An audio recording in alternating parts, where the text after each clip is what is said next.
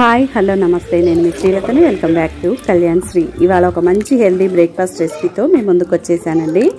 Morning బ్రేక్ఫాస్ట్లకే కాదండి, evening snacks లాగా కానీ అప్పటికప్పుడు ఏదైనా తినాలి అనుకున్నప్పుడు ఈ విధంగా చేసి చూడండి. చాలా టేస్టీగా ఉంటుందండి. దీనిలో ఎలాంటి రవ్వను కానీ మైదాని కానీ వాడకుండా గోధుమ పిండి బియ్యం పిండితోనే అట్లు అండి. ఇన్స్టెంట్గా దోశలు వేసుకోవాలన్నా కానీ ఇలా ట్రై చేసి చూడండి. కరకరలాడుతూ చాలా టేస్టీగా ఉంటుందండి. దీని ప్రిపరేషన్ కూడా చాలా ఈజీగానే సింపుల్గా అయిపోతుందండి. మరి ఆ ప్రాసెస్ ఏంటి, ఏ విధంగా ప్రిపేర్ చేసుకోవాలి ఏంటి అనేది వీడియోలో క్లియర్గా చూపించేస్తానండి. ఫస్ట్ టైం కనుక మన ఛానల్ని చూస్తున్నట్లయితే తప్పకుండా సబ్స్క్రైబ్ చేసుకోండి. నచ్చినట్లయితే ఒక మంచి లైక్ కొట్టండి. ఫ్రెండ్స్ అండ్ ఫ్యామిలీ మెంబర్స్కి షేర్ చేయండి. మీరు కూడా ట్రై చేశాక నాతో షేర్ చేసుకోండి. ముందైతే ఆ ప్రాసెస్ ఏంటో చూసేద్దాం. దీనిలోకి టేస్టీ చట్నీ ప్రిపరేషన్ చూద్దామండి. మిక్సీ జార్లోకి 1 కప్పు వరకు పుట్నాల పప్పు, మీ కారానికి తగినట్టుగా 3 నుంచి 4 వరకు పచ్చిమిర్చిని వేసుకోండి. నేనైతే ఇక్కడ పెద్దవి 2 పచ్చిమిర్చిని చిన్న ముక్కలుగా కట్ చేసుకొని వేసుకున్నానండి.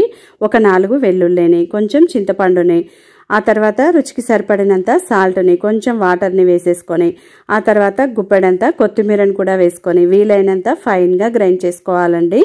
ఇలా చూడండి, చట్నీ అనేది చక్కగా రెడీ అయిపోయింది. నేనైతే దీనిలోకి పోపుని ఏం పెట్టట్లేదంటే, మీరు కావాలంటే పోపు పెట్టేసుకొని తర్వాత మిక్సింగ్ బౌల్లోకి 1 కప్పు వరకు జల్లించుకున్న గోధుమ పిండిని, 1/2 కప్పు వరకు బియ్యం పిండిని, మీరు ఇంకా క్రిస్పీగా రావాలి అనుకుంటే ఈక్వల్ క్వాంటిటీలో అయినా తీసుకోవచ్చు.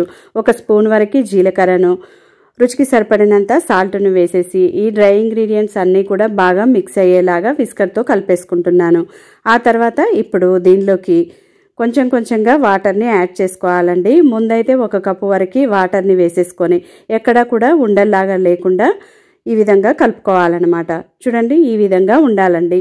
ఆ తర్వాత ఇప్పుడు సన్నగా తరిగి పెట్టుకున్న పచ్చిమిర్చిని, 1 మీడియం సైజ్ ఉల్లిపాయని చిన్న ముక్కలుగా కట్ చేసుకొని వేసుకుంటున్నాను.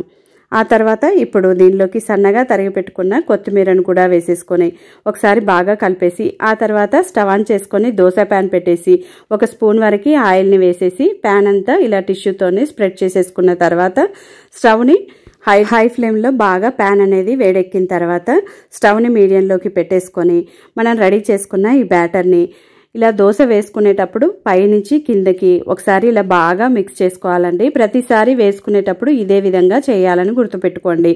దోశ అనేది ప్యాన్ బాగా వేడిగా ఉండాలని గుర్తుంచుకోండి. ఈ దోశలనే కాదండి, రవ్వ దోశలైనా ఏ దోశలైనా కానీ క్రిస్పీగా రావాలంటే ప్యాన్ అనేది హై ఫ్లేమ్లో బాగా వేడెక్కిన తర్వాత స్టవ్ని మీడియంలోకి అడ్జస్ట్ చేసుకొని బ్యాటర్ని వేసుకోవాలని గుర్తుపెట్టుకోండి. ఇలా పెద్ద బౌల్ తీసుకొని ఒకేసారి వేసుకున్నట్లయితే మనకి దోశ అనేది పర్ఫెక్ట్గా వచ్చేస్తుంది. అంచుల నుండి లోపలి వైపుకు వేసుకోవాలని గుర్తుపెట్టుకోండి. ఆ తర్వాత ఇప్పుడు స్టవ్ని హైలోకి అడ్జస్ట్ చేసుకున్నాక పిండి తడారిపోయినాక అంచుల వెంబడిగా కొంచెం ఆయిల్ని ఎక్కువగానే వేసుకోవాల్సి ఉంటుందండి. రవ్వ దోశ పిండి గోధుమ పిండితో దోశలు వేసుకోవాలనుకున్నప్పుడు కొంచెం ఆయిల్ అనేది ఎక్కువగానే వేసుకోవాలని గుర్తుపెట్టుకోండి. ఆ తర్వాత ఇప్పుడు కింది వైపు మంచి కలర్ వచ్చేలాగా చక్కగా ఫ్రై చేసుకోవాలండి. ప్యాన్ని అటు ఇటు తిప్పుకుంటూ అన్ని వైపులా కూడా దోశ అనేది చక్కగా ఫ్రై అయ్యేలాగా చూసుకోవాలండి. ఇలా మీడియం టు హైలోకి అడ్జస్ట్ చేసుకుంటూ ప్యాన్ని అటు ఇటు తిప్పుకుంటూ ఫ్రై చేసుకోవాలని గుర్తుపెట్టుకోండి. చూడండి, ఈ విధంగా చిల్లుల్లాగా వచ్చేసింది అనుకోండి, మనకి దోశ అనేది క్రిస్పీగా వచ్చేస్తుంది, పర్ఫెక్ట్గా వచ్చేస్తుంది. ఆ తర్వాత రెండో వైపుకి టర్న్ చేసుకొని 2 వైపులా కూడా మంచి కలర్ వచ్చేసి క్రిస్పీగా రెడీ అయిన తర్వాత సర్వింగ్ ప్లేట్లోకి తీసుకొని సర్వ్ అవుట్ చేసేసుకోవడమే. మరొక దోశను కూడా వేసి చూపిస్తాను చూడండి. ప్యాన్ అనేది బాగా వేడి చేసుకోవాలి. ఆ తర్వాత బ్యాటర్ని విధంగా వేసేసుకోవాలి. ఇదొక్కటే గుర్తుపెట్టుకున్నట్లయితే మనం మినప్పిండితో వేసుకునే దోశలు కూడా క్రిస్పీగా రావాలంటే క్రిస్పీగా అయినా, సాఫ్ట్గా ఉండాలంటే మీడియం టు లోలోకి అడ్జస్ట్ చేసుకుంటూ వేసుకోవచ్చు. మీరు ఈ దోశల్ని కనుక లోలో పెట్టి ఫ్రై చేసుకున్నారనుకోండి, ప్యాన్కి అంటుపోవడం కానీ సాఫ్ట్గా రావడం కానీ జరుగుతుందండి. పైన పిండి తడారిపోయాక ఇలా అంచుల వెంబడిగా ఆయిల్ని వేసేసుకుంటూ మంచి కలర్ వచ్చేసి క్రిస్పీగా ఫ్రై అయినాక వేడివేడిగా సర్వింగ్ ప్లేట్లో తీసుకొని సర్వ్ అవుట్ చేసేసుకోవడమే. ఇంతేనండి, ఇన్స్టెంట్గా అప్పటికప్పుడు ఇలా గోధుమ పిండి అట్లు ఏ విధంగా వేసుకోవచ్చు అనేది క్లియర్గా చూపించేశాను కదండి. మరి మీ అందరికీ నచ్చిందనే అనుకుంటున్నాను. నచ్చినట్లయితే ఒక మంచి లైక్ కొట్టండి. ఫ్రెండ్స్ అండ్ ఫ్యామిలీ మెంబర్స్కి షేర్ చేయండి. అలాగే నేను చెప్పిన టిప్స్ని కనుక ఫాలో అవుతూ చేశారనుకోండి, క్రిస్పీగా కరకరలాడే దోశలు అనేవి చక్కగా రెడీ అయిపోతాయి. మరి తినడానికి రెడీగా ఉన్నాయండి. తప్పకుండా ట్రై చేయండి. మీరు కూడా ట్రై చేశాక మీకు ఎలా కుదిరిందనేది మంచి ఫీడ్బ్యాక్ని నాతో షేర్ చేసుకోండి.